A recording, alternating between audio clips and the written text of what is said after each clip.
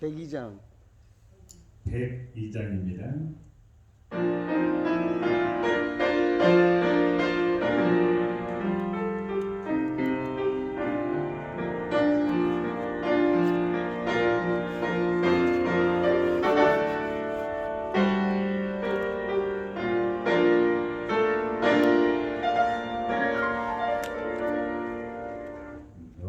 그친 걱정 말아라 전부 널 지키리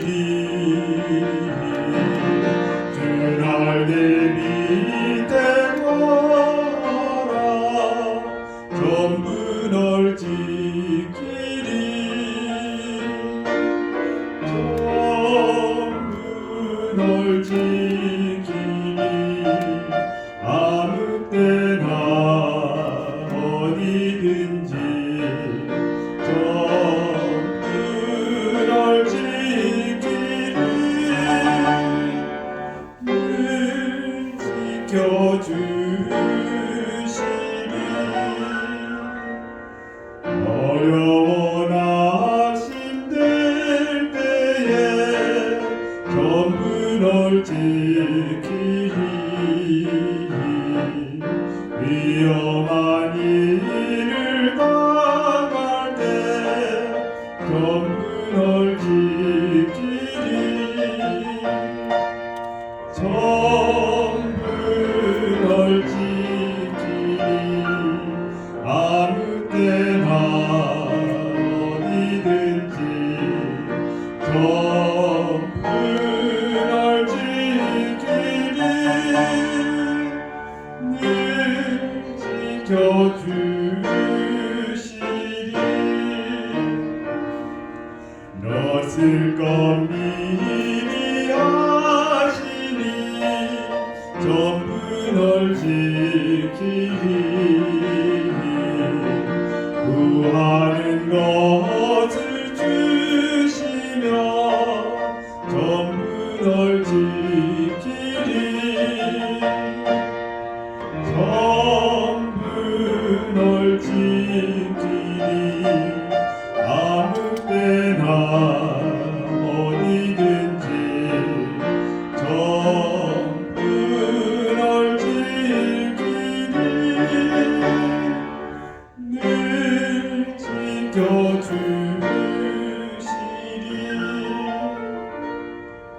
어려운 시험 당하나 전부 널 지키리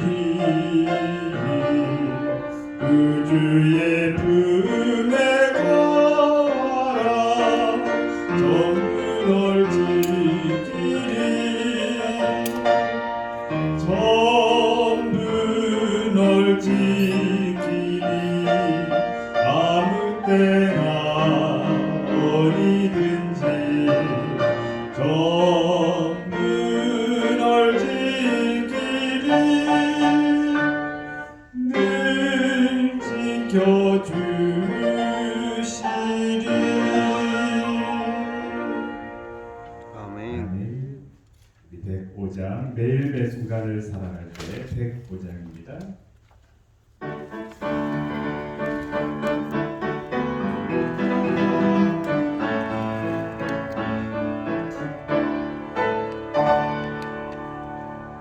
매일 매 순간을 살아갈 때 시련 속에 힘이 있다네 우리 하나님의 말씀 믿어 걱정 근심 하나도 없네 한량 없는 주의 자비하심 우리 인도하여 주시네 아픈 힘든 곳에 기쁨 주며 고통 중에 평화 주시네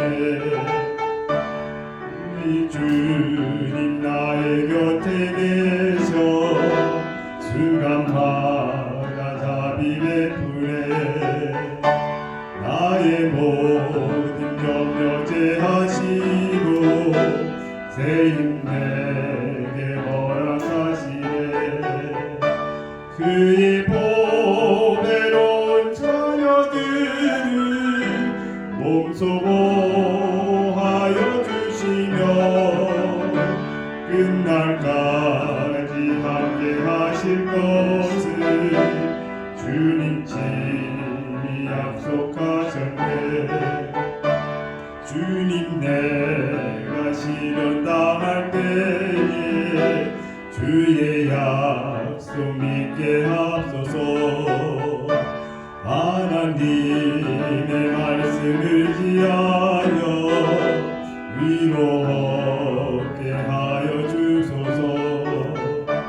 주여 어려운 일 당할 때에 주의 귀한 손 깊으시사 하루하루 도와주옵소서.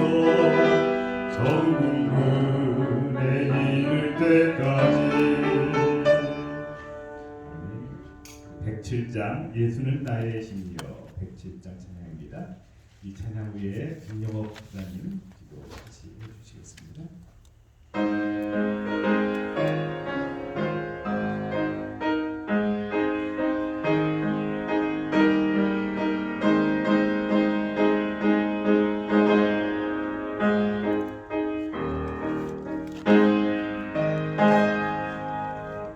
예수는 나의 힘이요 내 생명 되시니 주 예수 떠나가며 죄중에 빠지니 눈물이 앞을 가리고 내 맘에 근심싸인데 위로하니 누구시오 주 예수. 예수는 나의 힘이요 내 친구 되시니 그의 은혜 간구하면 풍성히 받겠네. 햇빛과 비를 주시니 수수할 곡식 많도다. 이쁜 열매 주시니는 주 예수. 4절입니다. 예수는 나의 힘이요 내 소망 되시니 예수께서 재림할 때 온 영생 얻으리.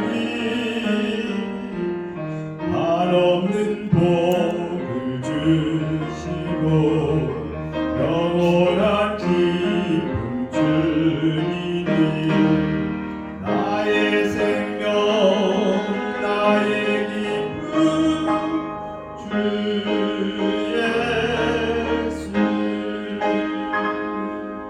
아멘.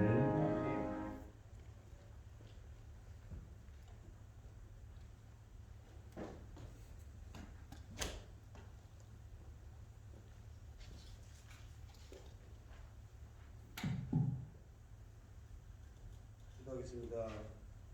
하늘에 살아계신 아버지 하나님 아버지시여 새하루 주심에 감사합니다. 오늘 하루도 주님 덕분에 지난날에 기억하지도 못할 만큼 많이 지은 죄와 가오를 회개하니 용서해 주세요. 하나님 말씀 전하시는 주님의 사랑하는 종에게 성령님 함께 하시어 그로 인해 천국을 경험하고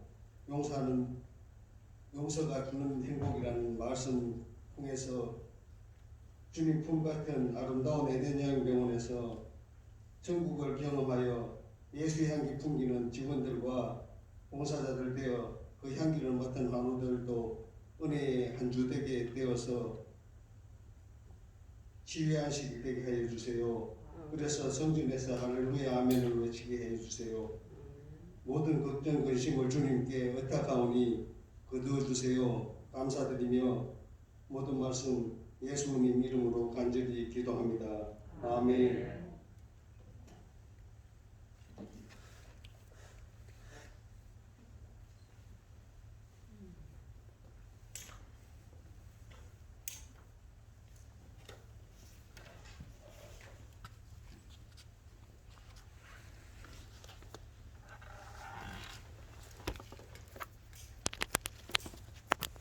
드리겠습니다. 평안 한번 보내셨습니까?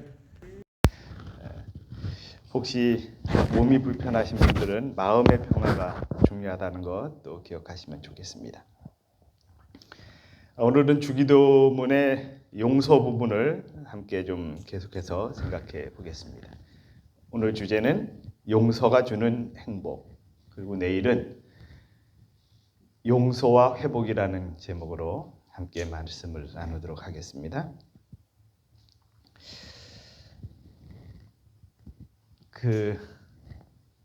그 친구한테 사과 받았어? 걔가 너한테 미안하다고 해? 선생님이 불러다가 사과시킨 건 맞지?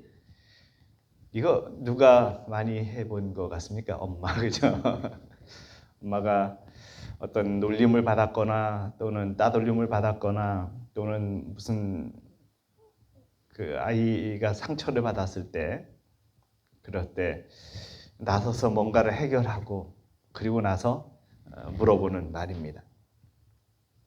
그런데 사실 사과를 받았느냐 안 받았느냐 그게 중요한 게 아니라 우리가 보는 견해에서 더 중요한 것은 그 아이가 사과를 받았느냐보다 얼마나 그 사과를 용납했느냐, 그죠?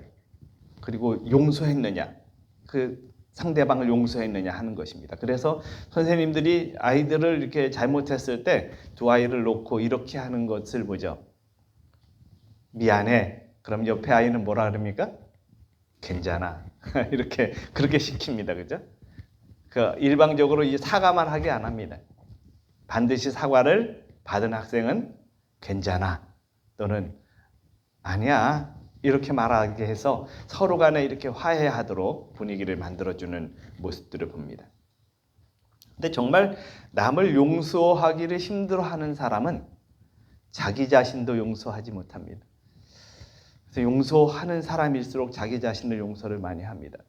어떤 사람은 나중에도 그런 내용을 좀 다루지만 남에게는 정말 포용적이고 그런데 자기 자신에게 너무 그냥 완벽하게 자기 자신은 완벽해야 되는, 그래서 그것 때문에 스트레스 받고 하는 모습들을 봅니다. 이것도 우리가 고쳐야 할 부분이라고 생각을 합니다. 제가 이 영화를 본 적은 없는데요. 우리들의 행복한 시간이라는 제목의 영화가 있는 모양입니다.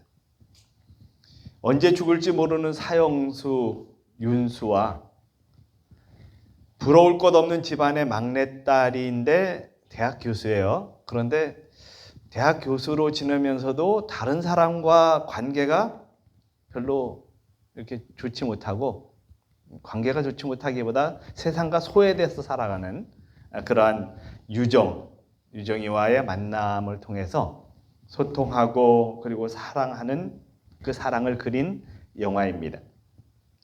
우리들의 행복한 시간은 이 두 남녀가 등장해서 서로 보이지 않는 상처를 어루만져가는 과정을 통해서 진한 인간애와 함께 용서가 가져다주는 작은 행복감을 따스한 시선으로 그리고 있는 영화라고 합니다.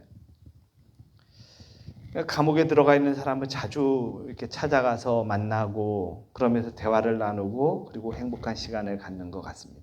나중에 이 윤수가 정말 마음이 이렇게 따뜻해지고 행복해져서 그렇게 시간을 보내는 모습을 그릴 수가 있습니다. 행복은 나눌 때 증가되어지는 모습들을 봅니다. 그런데 그 행복은 용서를 통해서 더 많이 이렇게 향상되어지는 행복들을 만나게 됩니다. 제가 성경을 쭉 읽어보면서 용서라는 단어가 어디에 처음 등장할까 이렇게 좀 찾아봤습니다. 그랬더니 창세기 18장 24절에 아브라함이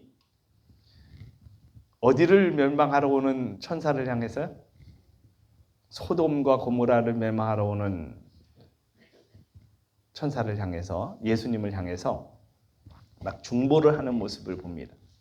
그래서 50명만 있으면 되겠습니까? 40명만 있으면 되겠습니까? 30명만 있으면 되겠습니까? 막 이렇게 계속 하는 것입니다. 사실 하나님의 마음은 그 아브라함보다 더한데 말이죠. 그런데도 아브라함이 중보를 막 하는 모습을 봅니다. 다른 사람을 용서해 달라고 하는 성경 구절이 처음 용서라는 단어에서 등장하는 모습을 봅니다. 그 다음에 이제 등장하는 용서라는 단어를 봤더니 요셉 이야기에서 나옵니다. 요셉은 형들을 알아보죠. 알아보면서 이미 알아보면서 뭐 했습니까? 용서했습니다. 근데 잘못이 있는 사람 입장에서는 그 용서가 느껴질 때까지 불안한 것입니다. 그래서 자기들이 동생을 팔아버렸고 이건 뭐 이제는 동생이 더 큰 위치에 있으니 자기들은 죽은 목숨이나 마찬가지다 이렇게 생각을 하는 것 같습니다. 그래서 아버지 얘기를 꺼냅니다. 아버지 얘기를 꺼내서 용서하라고 했다. 이렇게 중보 역할을 합니다. 그때 이 말을 들은 요셉은 이미 그들을 다 용서했는데 이렇게 말하니까 뒤로 가서 우는 모습을 봅니다. 참 요셉을 보면 얼마나 아름다운 삶을 살았는지, 비록 그의 삶은 어떤 제약적이고 활발하게 움직이지 못하고 누군가에 의해서 억눌리고 이런 삶을 살았지만 그의 아름다운 마음은 정말 다른 사람에게 용기와 희망을 주는 사람으로 그렇게 살아간 모습을 확인할 수 있습니다. 원망스럽지 않았을까요? 아마도 원망도 했을지도 모르겠습니다. 그런데 원망을 품고 살지 않은 요셉의 모습을 봅니다.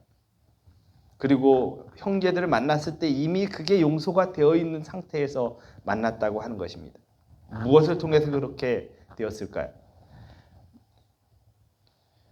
그가 이미 그의 삶에서 하나님을 향한 아름다운 마음을 가지고 있었기 때문에 가능한 일이라고 생각을 합니다. 우리의 삶에도 용서가 필요합니다. 용서해 주는 것도 필요하지만 용서를 받는 경험도 필요한 것입니다. 시편 39편 13절의 말씀을 보니까 환우분들에게 적용되는 환우분, 이렇게 표현하면 안 되겠죠. 저에게도 적용이 되고 모두에게 적용이 되는데 우리는 어떤 영적인 건강이 회복되어져야 하는 모습들을 봅니다. 그래서 시편 39편 13절의 말씀을 보면 주는 나를 용서하사 내가 떠나 없어지기 전에, 내가 소멸되기 전에, 내가 죽기 전에 나의 건강을 회복시켜 주십시오 하는 기도를 합니다. 우리가 먼저 회복되기 전에 뭘 해야 된다는 것입니까?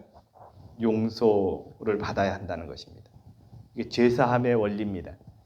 그래서 우리가 우리의 생활에서 이런 제사함의 원리를 가지기 위해서는 항상 뭔가를 이제 심는 역할을 하는데 갈라디아 6장 7절의 말씀을 보면 사람이 무엇으로 심든지 그대로 거두리라 그렇게 말씀해 주십니다. 근데 이걸 하나님 정말 사랑한 여인이 교회 증언 5권 429쪽에서 이런 표현을 썼습니다. 우리는 어떤 씨를 뿌리고 있는가? 그렇게 질문하면서요. 좋지 않은 씨를 뿌리는 자는 그의 일의 성격을 깨닫고 회개하여 용서를 받을 수 있다. 그러니까 이게 이제 씨를 잘못된 씨를 뿌렸어요.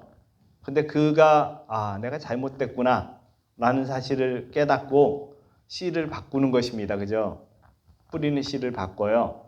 그래서 잘못된 씨를 계속 뿌리는 게 아니라 좋은 씨를 이렇게 뿌리는 것입니다. 다시 말하면 원망하고 미워하고 욕하고 하던 그런 씨를 뿌리다가 기뻐하고 행복해하고 다른 사람을 용서하고 다른 사람에게 베풀고 하는 씨를 뿌리는 것입니다. 그런 씨가 바뀌는 것입니다. 그런데 여기가 이제 주님의 용서가 뿌려진 씨의 성격을 바꾸어서 찔레와 가시를 귀중한 알곡으로 만들어주지 않는다 이렇게 표현하고 있죠. 이 말은 우리가 이미 뿌려진 씨앗은 씨앗이 다른 것이죠. 그래서 그 씨앗은 이미 어떤 그 씨를 뿌린 것인데 우리가 뿌리는 씨가 달라져야 하는 것입니다. 씨앗이 달라져야 하는데 그것이 아름다운 주님께로 향하는, 그래서 좋은 씨를 뿌리는 자라고 표현하고 있습니다. 좋은 씨를 우리가 뿌리는 삶으로 그렇게 바뀌어지는 경험을 오늘도 하도록 주님이 초청하고 계십니다. 가랴분 기별 324쪽에 인간이 하나님의 율법을 범한 것에 대하여 진정한 회개를 하고 그리스도를 죄인의 구원자이시며 대언자로 믿을 때에 가장 큰 기쁨을 맛보게 될 것이다. 그러니까 오늘 우리가 정말 기뻐하고 행복할 수 있는 이유는 내 안에 주님이 계실 때 가능한 것임을 확인할 수가 있습니다. 그리고 빨간 글씨를 좀 읽어보면요. 그리스도께서 당신의 사랑의 표현을 통해서 저들을 이끄실 때 비로소 용서의 기쁨과 하나님의 화평을 이해할 수 있다. 예수님께서 당신의 사랑의 표현을 통해서 우리를 이끌고 계실 때, 그것을 알게 될 때, 그것을 이해하게 될 때, 그것을 경험하게 될 때 오늘 우리는 용서의 기쁨과 함께 하나님께서 주시는 참된 평화를 경험하게 되는 것입니다.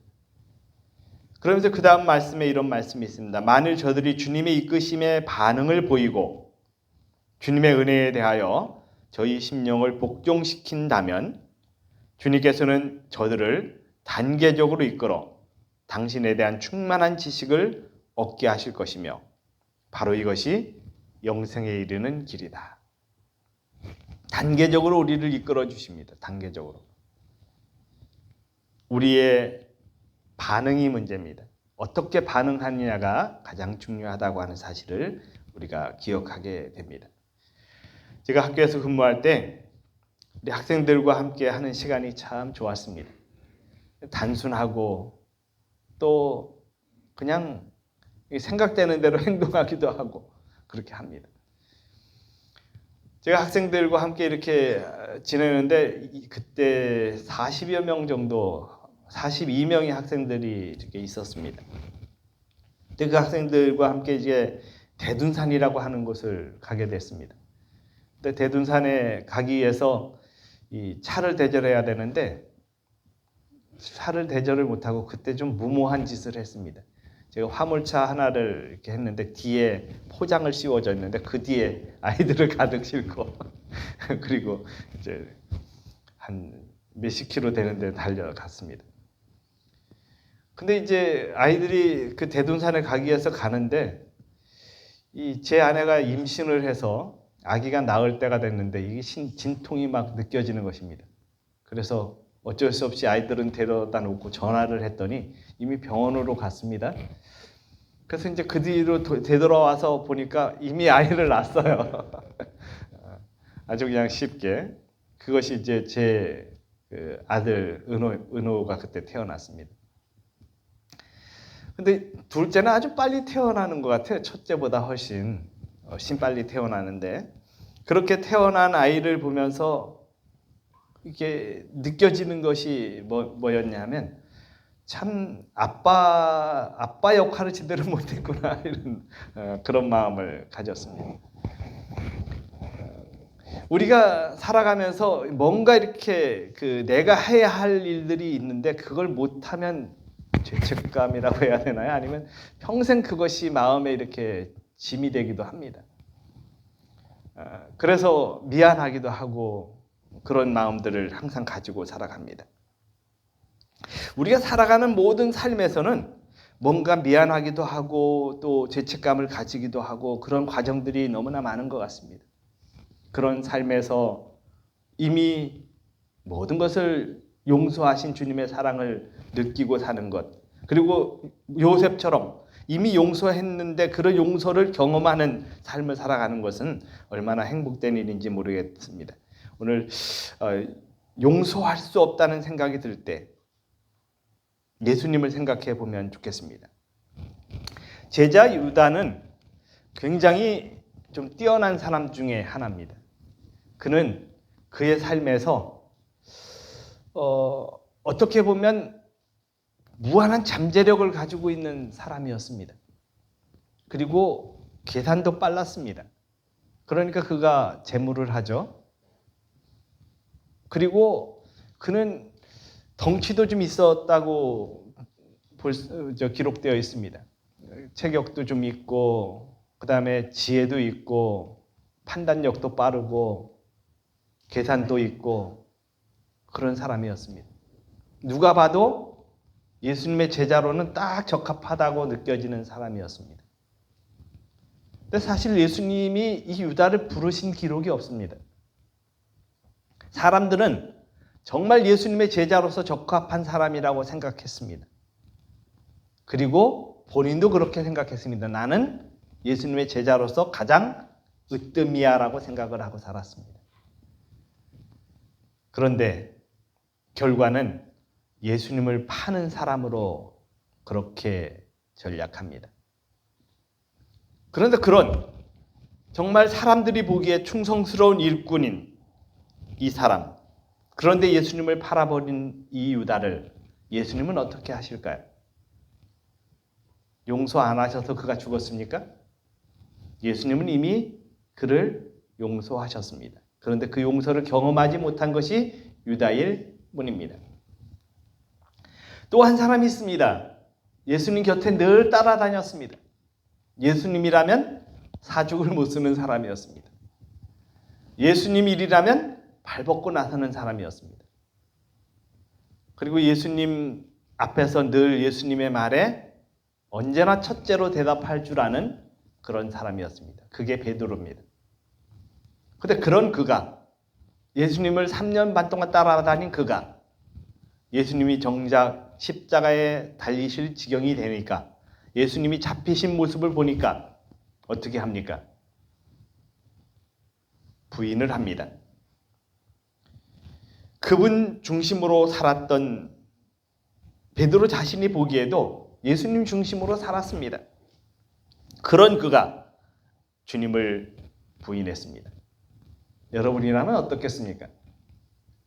여러분이 예수님의 심정이라면 이런 베드로 보고 싶겠습니까?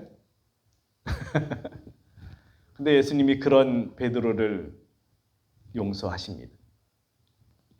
그래서 사실 이 예수님의 용서가 베드로에게 마음으로 느껴져서 그가 예수님 돌아가신 후에 얼마나 변했는지 모릅니다. 며칠 사이에 쉽게 말하면 헷가닥 변해버렸습니다.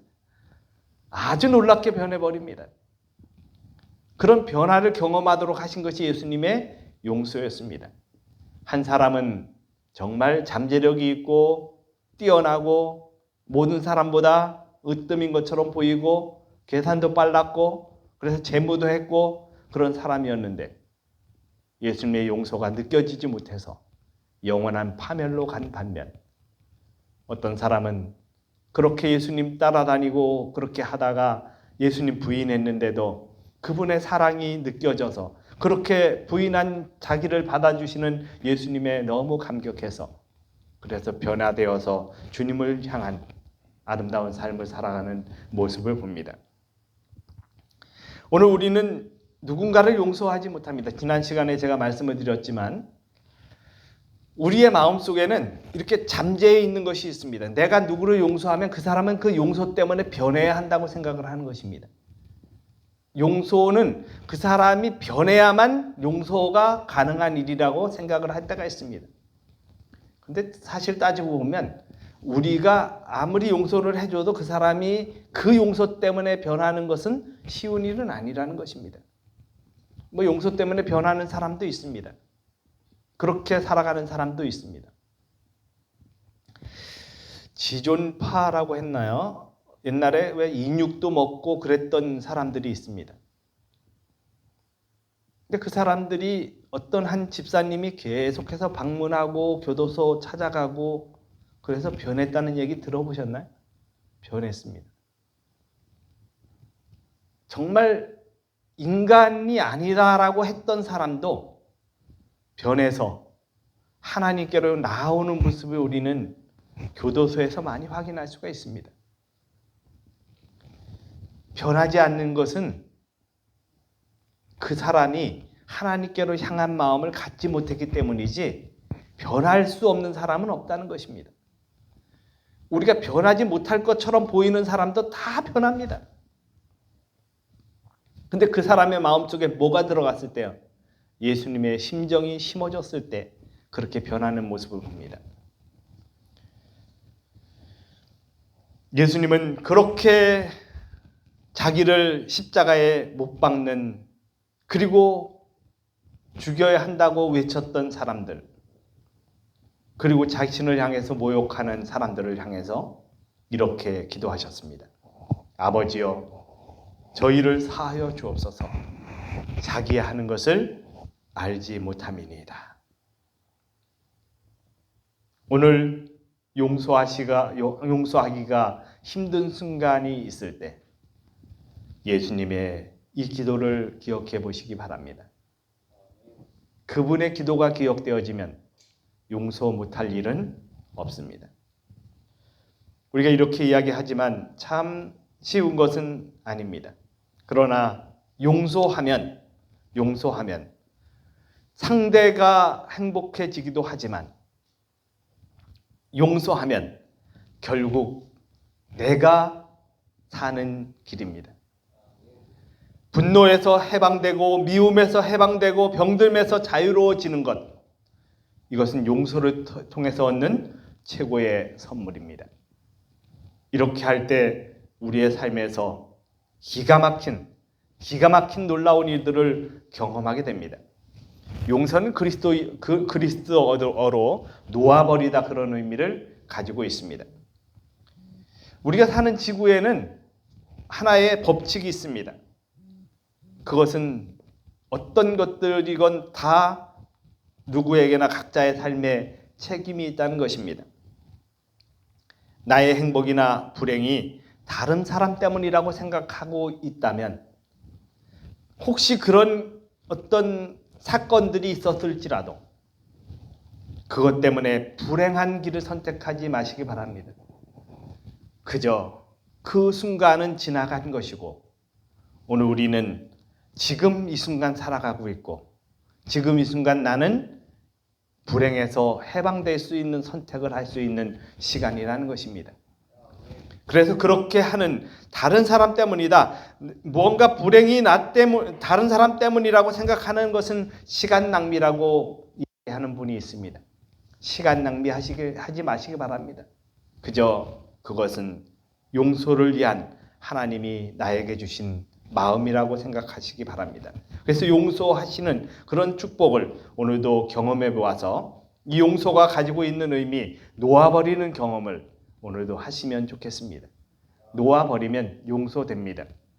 놓아버리는 것이 힘든 것처럼 보이지만 그렇게 시작해보면 그 일을 가능하게 하는 것이 그것이 바로 오늘 나에게 주신 하나님의 마음이라는 사실을 다시 한번 기억할 필요가 있습니다. 그래서 어떤 분은 이렇게 말합니다. 용서는 앞으로 나가기 위한 나 자신의 적극적인 선택이며 나 자신을 사랑하는 방향으로 나아가는 의지다 이렇게 표현을 했습니다. 컨트키스는 그래도라는 자기의 책에서 이렇게 표현하고 있습니다. 사람들은 논리적이지 않고 불합리하며 자기중심적이다. 그래도 그들을 용서해라. 용서가 힘들어지는 것은 다른 사람의 행동을 보기 때문일지도 모릅니다. 변하지 않는 다른 사람 때문에 그래서 용서가 힘들어지는지 모르겠습니다. 그러나 그 사람을 변화시키는 것이 아니라 내가 변해야 하는 것임을 다시 한번 기억한다면 용서하게 됩니다. 타인에게는 베풀고 사랑하면서 본인에게는 너무 엄격해서 스스로 용서하지 못하는 사람들이 있습니다. 여기에서도 자유로워져야 합니다. 놓아버리는 것은 다른 사람만 용서하는 것이 아니라 나 자신도 용서할 수 아는 것입니다. 내 자신을 용서하지 못하는 것을 놓아버리는 그것이 용서라는 것입니다. 오늘 나를 용서하지 못해서 그래서 오늘 살아가기 힘든 삶을 살아가고 있다면 그것마저도 놓아버리시기 바랍니다. 그렇게 하면 진정한 자유가 오늘 나와 모든 분에게 있게 되는 경험을 할 수 있습니다. 제가 어떤 한 분을 만났더니 나는 왜 내가 병에 걸렸는지 모르겠다고 이야기하시는 분이 있었습니다. 나는 평생토록 잘 가려서 먹었고 잘 선택해서 살았고 누구보다 선하게 살았는데 왜 내가 암에 걸렸는지 나는 이해할 수 없다는 이야기를 합니다. 그런데 우리의 모든 문제는 내 자신에게 있다는 사실을 알게 되면 그때부터 변화가 찾아오는 모습들을 봅니다. 용서하지 못하는 마음이 문제임을 알고 용서의 의미처럼 놓아버리면 해결의 실마리를 찾게 됩니다.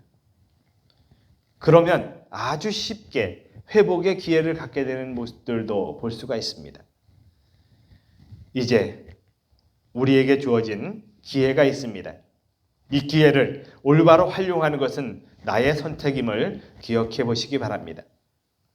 가랴기별 1권 396쪽에 화목이란 인간의 영혼과 하나님 사이의 모든 장애물이 제거되고 죄인이 하나님의 용서하시는 무엇임을 깨닫게 되는 것을 의미한다.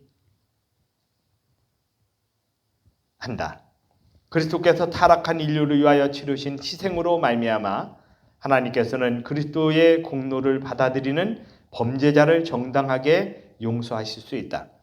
그리스도는 하나님의 심령으로부터 죄인의 심령에 흘러내리는 자비와 사랑과 의의 통로가 되셨다. 주님은 이미 우리를 용서하셨습니다. 그 용서를 내가 받아들이지 못하고 내가 그 용서에 대한 확신이 없기 때문에 오늘도 불안해하고 있지는 않는지 모르겠습니다. 오늘 주님이 나를 용서하셨다고 하는 사실을 다시 한번 기억하면 좋겠습니다. 지난번에도 제가 인용했던 말씀인데요. 이 말씀이 너무 저는 마음에 와닿습니다. 빨간 글씨를 읽겠습니다. 인성이 회복되고 다시 아름답게 되며 파멸로부터 재건되어 하나님의 존전에 적합하게 되도록 하기 위하여 그분의 무한한 희생을 하셨다. 그래서 예수님이 용서해 주신 것입니다. 우리를 회복되고 아름답게 되고 파멸로부터 재건돼서 하나님의 존전에 적합하게 되도록 하기 위해서 우리를 회복시키시기 위한 하나님의 방법입니다. 다음 시간에 이런 부분들을 함께 생각해 보겠습니다. 이제 우리는 주님께 붙어있는 삶을 선택해야 합니다. 주님 안에 쉼을 누리는 삶을 선택할 수 있습니다. 그것은 용서를 통해서 가능합니다. 오늘 용서하게 하시고 용서를 경험하게 하셔서 진짜 행복을 맛보게 하시는 주님을 찬양하는 귀한 하루가 되시기를 바랍니다. 기도드리겠습니다. 살아계신 저희들의 아버지, 우리로 용서할 수 있는 그리고 용서를 경험할 수 있는 삶을 선택하도록 인도해 주셔서 감사합니다. 오늘 우리 자신을 용서할 줄 아는 그런 사람이 되도록 도와주시옵소서. 오늘 우리의 삶에 수많은 문제점이 많지만 주님을 선택함으로 그 모든 문제가 해결되는 축복도 경험하도록 인도해 주시옵소서. 오늘 우리의 문제를 해결해 주시고 회복을 경험하게 하시는 예수님 귀하신 이름으로 간절히 기도드립니다. 아멘.